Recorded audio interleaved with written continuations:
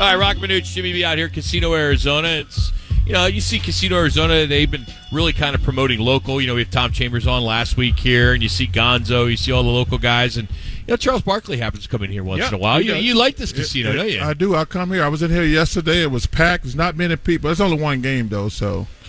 But you're coming in here quite a bit. So how you doing? It's only week one in the NFL. How'd you do first week? I kind of pretty much broke even. Okay. The Lions bailed me out last night. Yeah, I think it bailed a lot of people out. Well, because, it was one of those games you're like, oh, my God, they're going to win by a field goal. And then I said, go just march right down. Because I was really paying attention to the coin toss. Okay. Because I was like, get the ball and score a touchdown, get this thing over with. Because that's not there. Because I won a couple games yesterday. I lost a couple games by a half a point, and I think I won one by a half a point. But I lost a couple games. So let me ask you, as you are prepping for Sunday in your picks. Yeah, yesterday I was really pissed because I'm going to tell you something. I was so mad. I've been mad because I just got back into town, and I got no ESPN. That's DirecTV. So I cannot get I really pay attention to the guys who know what they're talking about. Sure. I couldn't get any inside information. I was so damn mad yesterday. Are you on social media? I do not do social media. Smart. And I'm sitting there. What, you think I'm going to listen to people on social media about gambling? Have you lost your damn mind? No, but I couldn't watch all the shows. Yeah. And I'm sitting like, oh, my God, this is going to be terrifying because, these guys have been paying attention the whole preseason and things like that, and they know who made trades during the offseason. And because at the beginning of the season, it's really hard to bet. Because I think the biggest mistake, same thing with college football, you can't go by what happened last year. College football is by far the worst. Because they're like, well, this team ranked high. I'm like, well, that's because they were good last year. That has nothing to do with this year. Yep. And but the pros, I listen to the guys who know what they're talking about, who've been paying attention. Is there one guy that you say you follow every Sunday during the year, usually? Well, there's a couple guys that nails it most of the time. No, there's a couple guys on ESPN who I really love: Damien Woody and Louis Riddick. Okay. Yep. They know what they're talking about. Obviously, Damien won a couple Super Bowls, and he was around the great Bill Belichick for a long time, so he knows this stuff. And Louis Riddick was in the front office. Well, he played, I think, 7-8 years, and he was in the front office. So those guys, when you play, you have a real – that's why I think Tom and Bill are going to be great on television. Mm-hmm. Yeah. I mean, you can't be the greatest coach and the greatest football player ever and not know the ins and outs. So you're doing, obviously, everything you've done in basketball for your entire career on broadcast as a player, but then you got involved in golf and doing some play-by-play on golf. And that's only because we had it. I understand, but what if, they had the NFL and they wanted you to come in and do picks every week? No. Picks, not play-by-play or color analysis. They used to have it years ago. No, because, listen, I was offered Monday Night Football probably 35 years ago, and I turned it down. I said, no, I don't want to be one of them idiots who think he knows every sport. we got enough people on television who act like they know about every sport. Well, he's a terrible quarterback. He's a terrible receiver. He's a terrible hockey player. He's a terrible pitcher. I'm like, you actually don't know what the hell you're talking about, but you get paid to do it. So, no, I got off at Monday Night Football. I love football. It's my favorite sport. But I'm not going to get on TV and act like I know what I'm talking about. Chuck, were you in high school? I could see you. I'd love to have had you as a tight end. As a quarterback, I'd love you as a tight end. I mean, you could do that whole Auburn thing, like Bo and Dion. You could have did basketball and football. Would you ever think about that football thing? I played football one day. You did one day? One day. Then I realized, who want to do this stuff? But it's your favorite sport, you just said. That's why I love it, because I realized you have to be crazy to go out there. I admire those guys. Okay. Because I played one day. I was on the defensive line. And I remember I was in the locker room. I was bleeding. My head was hurting. I was dirty. And the coach said, I'll see y'all tomorrow. I said, you think I'm doing this tomorrow? You're the stupidest guy ever. Chuck, they had you at the wrong position. You should have been tight end. My coach said that 3 or 4 years later. He said, if I had a chance again, I'd put you at a different position. I said, no, I think it worked out pretty damn good for me. I'm good. But I admire football players. It takes tremendous courage to go out there. I mean, it's a real sport. Now, basketball, all the sports are great. But boxing and football are the two sports you can get hurt on every single play. Yes. You have to be all in. You cannot cheat. In hockey, hockey's in that conversation, but for football and boxing are the two sports you have to be all invested in those sports. It's a car wreck waiting to happen every play. Every play. Every play. Every play. All right, Charles. Buffalo Bills are your pick for the Super Bowl. Do you still feel that after what you saw against the Cardinals? I'm the biggest Josh Allen fan. The Cardinals, man, they compete. Yeah. I was watching that game yesterday, and the announcer was talking about how one thing you can say about Jonathan Gannon, is that his name? Yep. Yes. He has, even going back to last year, those guys compete, and that's all you can ask. I know a little bit about him from Philadelphia because I'm an Eagles fan. That's my team, the Eagles. Me too. But they competed. But, man, I don't understand why people got all this animosity toward Josh Allen. I mean, this guy is a flat-out monster. He's a stud. You know, people talk about he's actually, Joe Burrow beat Pat Mahomes that one time. But other than him, Josh Allen's played the Chiefs better than anybody. Mm-hmm. You know, going back to that, the best football game I ever seen. And then last year, the guy. It's not his fault the guy missed the field goal. But I don't understand some of this animosity toward Josh Allen. I think he's a stud. Other than Patrick Mahomes, there's no quarterback I'll take over him. But you have Buffalo playing Philly in the Super Bowl. Yes. But how can you bet against our Eagles? Oh, because I got love for Josh Allen. I think I was mad because I heard these guys talking about how overrated he was and things like that. I'm going to show you. Yeah. But, you know, I was impressed with my Eagles. Yeah. Yep. You know, I watched that game Friday. Saquon Barkley. And oh, my goodness. What a great pickup that is. Yeah. That's huge. Giants. That is a huge pickup. First of all, that wasn't a pickup. That was just stupid by the Giants. I would agree. Yes, they did. That's just stupid. You don't let him go. And now you stuck with, and I don't want to badmouth the kid, but like when you watch them play, you can't be saying to yourself, Daniel Jones, the reason we're winning.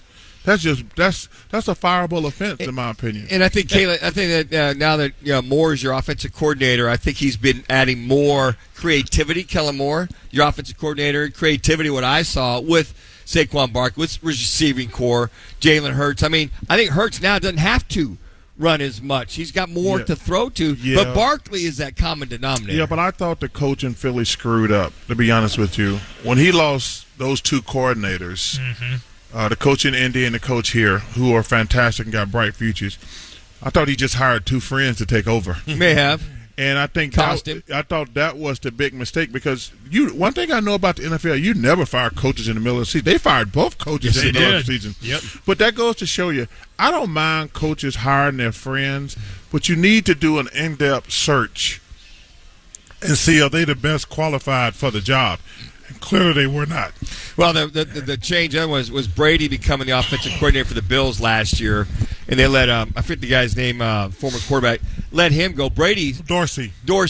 Brady brought that team back to reality, or reference back to an semblance of balance. So there's a midseason move. You go, okay, that one paid off. But you're right, Chuck. Yeah. There are not many pay off like that in the middle of the season. Yeah, but you know when you watch that, like the only thing they do different is actually run the ball. Yeah. Uh-huh.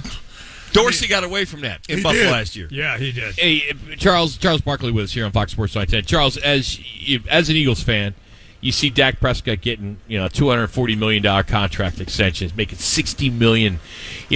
What's the next number? Is it 65? Is it 70? Is it ever going to end? I think all these guys are stupid, to be honest with you. I think these guys. Okay, you look at the two guys, Tom Brady and Pat Mahomes. Mm-hmm. Neither one of those guys have ever been really the highest paid player because they always take less money so they can actually pay other players. Sure. I'm sitting here watching for the last X amount of years, every quarterback who became the highest paid player never won another championship because they can't afford to pay other people. Mm-hmm. And I'm looking at Tom, who was never the highest paid, but they were able to pay other players. I'm looking at Patrick. I saw last week, Patrick is like the 8th paid highest quarterback. Right. But he's going to keep winning Super Bowl. They can actually pay other players. I wish some of these guys, they got to realize their agents are scumbags. and say they're trying to get every dime for their pocket. They're not worried about the team. They're not worried about the franchise. They're just like, I'm going to get you the most money so I can get my big cut. And I'm sitting here just watching it as a player like, dude, tell your agent to shut the hell up. get you something right in that neighborhood. Fair market value. Fair market. So we can actually pay other players. But I'm sitting back. I'm like, because your agent, his job, he wants the most money possible so he can get the most money possible. But I wish some of these guys would follow the blueprint of Tom and Pat. Like, no, just put me somewhere 8, 9, 10, maybe 5 to 10. Sure. Big difference. I can pay an extra defensive lineman, I can pay an extra offensive lineman, and we're going to keep winning. So I wish those two guys would look at those, or these other guys would look at those two guys as the blueprint. Or pay to keep some of your core nucleus you have there as well, too. But if you pay the quarterback top dollar, you're not going to be able to play the nucleus. You're going to have to let some people go. That's what I'm saying. Yeah, I mean, part of that whole Brady thing was to make sure he kept the Wes Welkers of the world. Yes. And kept the Gronkowskis of the world. Allow them to keep the – and I agree with you. I think you see that so much. Mm-hmm. Keep the canoe so you can win championships. Isn't it about winning the ring? It is about winning. But you got to understand, when your agent, he's in there like, I want my – because every quarterback, like, he's going to be the next high-paid guy. Pat has never said that at all. He got his money. Like I say, if he was an egomaniac, he would say, dude, I'm the 8th highest-paid quarterback in the NFL. He don't care. He's just like, man, I just got one thing on my mind, the three-peat. I love that. I love that. Yeah. I love it. It's great. Hey, I want to ask you, we're going to go a little long here. Your thoughts what happened with Tyreek Hill? So, I don't know what happened. I think it clearly escalated quickly. Yes. I hate that we're going to throw it in the media because, the guys are going to quickly go to race. Yeah. And it bothers me because we don't know what happened because we weren't there. Because we got so many fools in the media who love to play the race card. I says, well, wait a minute. They just did the same thing to Scotty Scheffler. Mm-hmm. They did. Right? Yeah. I says, sometimes I think the one thing you can't do as a celebrity, you can't say you know who I am. And like I say, I don't know what happened, but that's the one thing you cannot do. Yeah. Yes, I agree. You say, yes, sir. Yep. Cooperate 100%. And he, like I say, I don't know what happened, but like I say, when we let these fools on TV and the radio start talking about it, they go straight to, was it racism? I'm like, well, wait a minute now. We don't know that. And I saw the police report say he was uncooperative. Mm-hmm. So, like I say, but the one thing I hate when we put stuff in the media, we let guys who race bait start throwing stuff out there. Like I say, wait a minute, the same thing just happened to Scotty Scheffler, who actually got booked. Yes. Yeah, he actually got booked. He went down. He went down to the big house. Yes, he did. So, like I say, I don't know what happened. They had to wake the damn judge up. That's exactly right. But, and Scotty was so pissed, he just won another $25 million. I'll show y'all. Yeah. He's like, I'm going to get y'all. Let me ask you another question quickly before we run out of time, and that would be in the NBA and the Phoenix Suns. Yeah. Did they do enough with picking up 2-point guards during the off-season? Are they, in your estimation, now good enough to be that, I suppose, title contender? Yeah, I'm glad they finally got a point guard. Okay. They still got to figure out who the leaders on the team is. As I said last year, and everybody got mad, Kevin Durant just wants to play basketball. He doesn't want to be a leader. Doesn't quite work like that. It worked like that when you got Steph Curry and Draymond on your team. It worked in Golden State. But you have to have a leader on your team. I've said before, it's got to be Devin Booker. And he's a terrific player and a great kid. But to me, he's not it doesn't have that personality because your team is going to follow your leader, good or bad. Good works both ways. So Kevin doesn't want to be a leader, though he's a great player. It's got to be Devin Booker because whether he likes it or not. You don't see that. I'm so glad you asked me that. You don't get to pick and choose. Like right. I don't want to be a leader. Yeah, you have to be a leader. Yes. But Kevin has stated that, and he gets mad anytime somebody says that. But it's got to be Devin Booker, in my opinion. I would love to see the Suns win a championship. What I am hoping is Devin learns some leadership skills during the Olympics because he played terrific during the Olympics.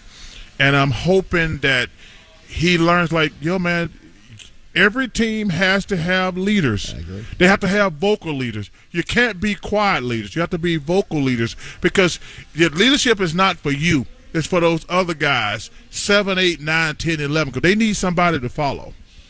And I guess that's one reason why we missed CP3. Yes. He was that dog. He was. He'd get in your grill if you had was. to. And what I hear you saying. That's a great point there. Devin Booker, dude, I hate to tell you, tag you're it. Yeah, It may be uncomfortable, but that's if you want to win it all, somebody has to take the lead. Somebody is what I hear has you to- saying. Somebody has to take the lead.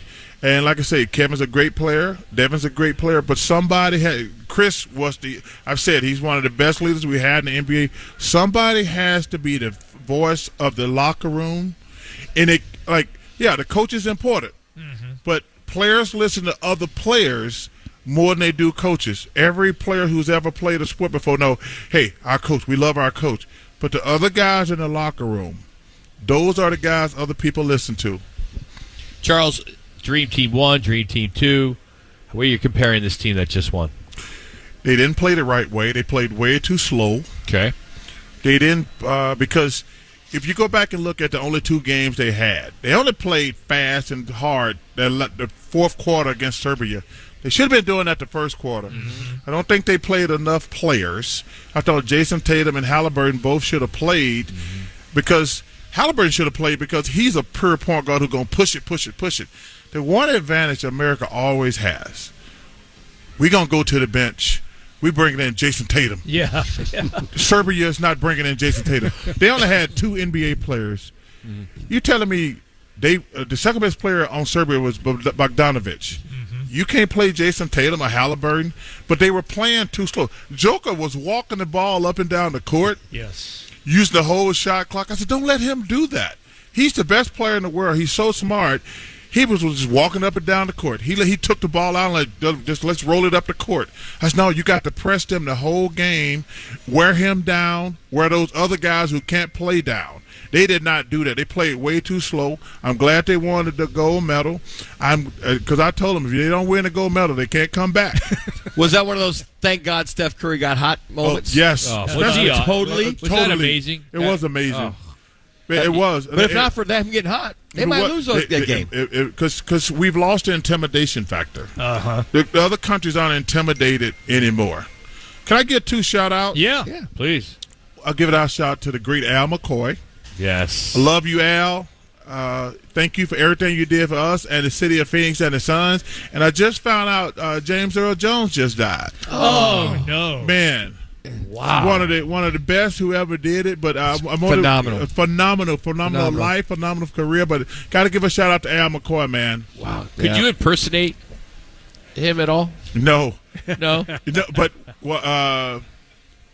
I got a baseball, Earl. Oh my God, unbelievable! What a great movie that was. Oh man, unbelievable! Baseball. You know. I tell you, but one of the best to ever do it. Rest in peace, man. Oh, no question. Yeah. All right, real quick, one more we got to ask you. Tonight's game, or well, before that. I took the Jets. Okay, before we'll go back, I know. I want to know basketball. A few times. I want to go back to basketball, Charles.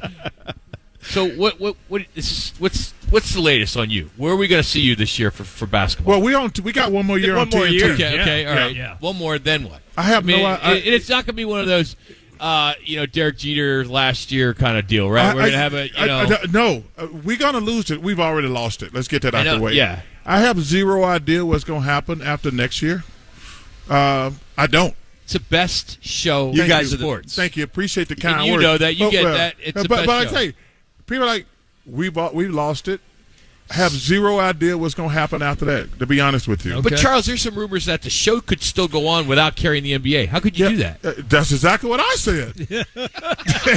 hey, great minds think alike. But I think what I hear you say, you don't want to be a sideshow. Well, we would be. We'd love to be a side seat, but we don't even have. We got to pay for highlights. Yeah, you would. I mean, I think was they can afford it. But Yeah, the but- NBA may say no. But it's number one. I'm glad everybody at Turner's going to keep their job for at least another year. You've been pretty vocal about that. Yes, Yeah, but I don't know how it's going to work without basketball. Hey, But but can you imagine? No, how about this? How about you guys do this show without sports? And let's see. we might surprise you for a day. So, Charles, I mean, Let's talk about cooking. So what are you going about gardening? One of y'all take gardening. Like these, how you make flowers grow. So what are you put gonna them in the like, ground and put water on it? That's it. So if you look in your crystal ball and that goes away, are you going to be fully retired then? Yes. Listen, I'm good. You going to be okay? Hey, man, I'm can't believe I'm 61 years old. Can you believe that? You look good for an old guy. Thank you. Got two new hips now. Yeah, there you go. No, I feel good, but I want to enjoy. I'm a grandpa now twice, little Henry and little Charlie. I just had grandparents' day at school today. Ooh. One of the coolest things I've ever done in my life. And I'm going to tell you something. But how we get our fill of Charles in? How we get our fill of I'll Chuck? be around. Okay. Hey. I will tell you something. True love was grandparents' day today. I flew, I'm in Philly all summer. Yeah. I flew out here yesterday just for grandparents' day. When I got off that damn plane today, I almost melted yesterday. and I got to talk to that school because grandparents' day was outside today. Outside? Outside. Oh, I was like, damn, this is true love. Hey, I got twin 3-year-olds as grandkids, so I know that is. By the way, thanks for bringing Shaquille O'Neal out of his shell the last several years. Oh man, You brought him out of his shell. He's a good dude. He's a little sensitive, but I love bringing it. I love riding. Oh, you do. How many endorsements or how many commercials does he do? Anything that they nail down. Anything. I told you. It's just a matter of time before he has a Depends commercial. It's just a matter of time. I mean, you guys. So, like behind the scenes, what are you guys doing? Like in between games? Well, I know you're watching games, but you guys having fun? We have the game on. Yeah. But okay, so my life is pretty simple. On Tuesday night, I watch all the FBI shows. Okay. It's 3 of them. FBI International, FBI Most Wanted. Yep. On Wednesday night, Chicago Med, Chicago Fire, Chicago PD. Okay. On Thursday night, it's SUV. I'm very dialed. I still got the game on. Yes. And I'm paying attention. They're bringing me stats. Yeah. But Tuesday's FBI, Wednesday Chicago, and Thursday's SUV. Did you want to be a police officer in a Never. past life? Or FBI agent? Listen, I Shaq's doing that. Hey, I admire cops. I Yes. respect them. Yep. But no. I mean, because you got all these fools out here. Oh, man. Man, it's so crazy. We made it so hard to be cops. They need to make me. They need to make me king of the world. I be killing these people every Friday night on TV. Seriously, I be killing people every Friday night on TV. So we got to thin the herd. We got to get rid of the crooks. agree. Yeah. We got to get rid of the crooks. Why aren't you doing a cameo on one of those shows? I actually got a thing in my email today to do a cameo on a show called Trent. What is it called? Yes, Will Trent. Will Trent. And I like the show. Yes. And I was like, I never thought about it, but I just got the email today. And somebody said, would you do a cameo on Will Trent? And I like the show. So I'm going to see if I can make it work. Because I like doing stupid stuff, man. Well, it'd be fun. I mean, that's what I mean fun. If Stephen A. can do General soap Hospital. operas. I would love to see. Hey, guys, would you love to see Charles in Days of Our Lives or something like that? Hey, it's like, as long as the nurse hot. Yeah. I do a death scene if the nurse is hot. Yeah, I want to do a death scene. But as long as it's can you imagine the sponge baths and all that other stuff? Oh, my goodness. I mean, that's the only reason I would want to do a death scene on a soap opera. Great. Oh, man. All right, let's bring it back in. All right. Okay. So, tonight, you got San Francisco, you got New York Jets. I know right away you say Jets, but why? I think that Trent Williams has been out. Okay. I don't think you could. There's nothing you can do at home to get you ready for a football game other than playing football. McCaffrey's banged up. Ayuk has been sitting out. Yep. I think that. So those are the main reasons. What about the Brock Purdy factor? Well, you saw how he played when those guys didn't play. He didn't. Right. Yeah. So struggled. Yeah, I don't think you can just come off the couch and play football. You saw what happened to the Bengals yesterday. Yes. That boy Jamar is one of the 2 or 3 best football players in the world at the wide receiver position. You cannot come off the couch. I'd agree with that. So I got the Jets +4. Okay.